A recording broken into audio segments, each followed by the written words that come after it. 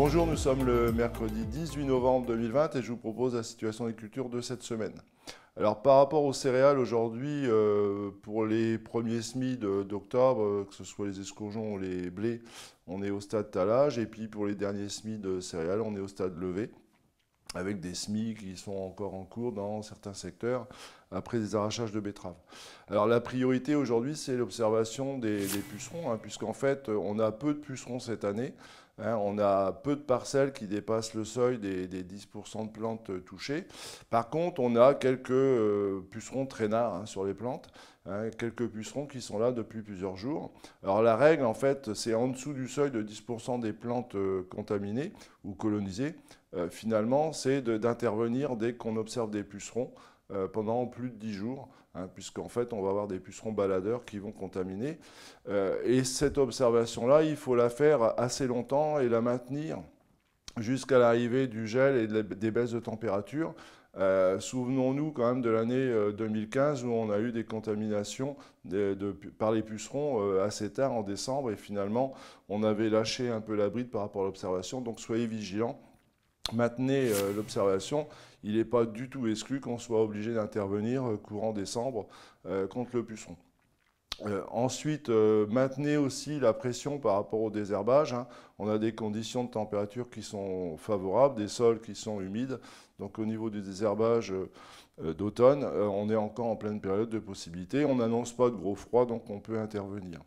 Pour les limaces, aujourd'hui, quelques attaques de limaces dans les sols argileux ou des ronds motteux, mais la situation reste maîtrisée. Les conditions sèches de l'été ont dû détruire une partie des œufs, et finalement les populations de limaces ne sont pas très importantes cette année.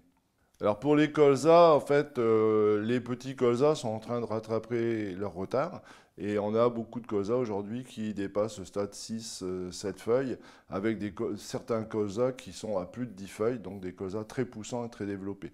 Alors l'actualité, c'est le suivi des larves de grosse altise. Alors aujourd'hui, on est grosso modo en deux situations.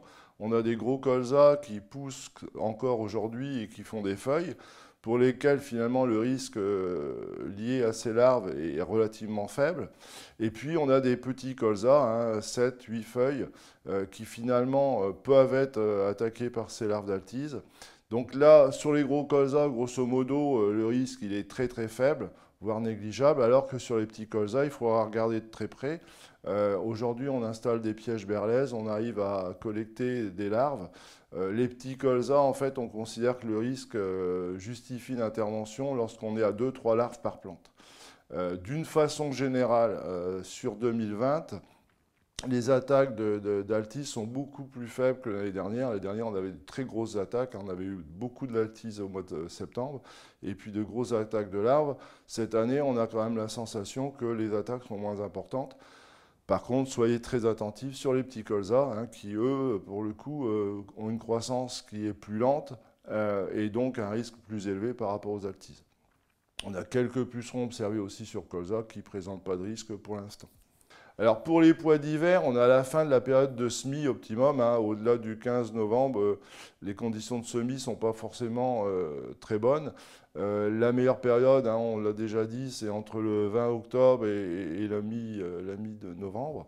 En tout état de cause, si vous êtes encore en train d'implanter des pois d'hiver, privilégiez les conditions de semis, puisque finalement le pois d'hiver comme le pois de printemps est très fragile et très sensible aux problèmes de structure. Donc privilégiez les conditions de semis. Mais à partir du 15 novembre, on est vraiment à la fin de la période de semis. Alors ce n'est pas lié au gel, c'est lié aux conditions de semis essentiellement.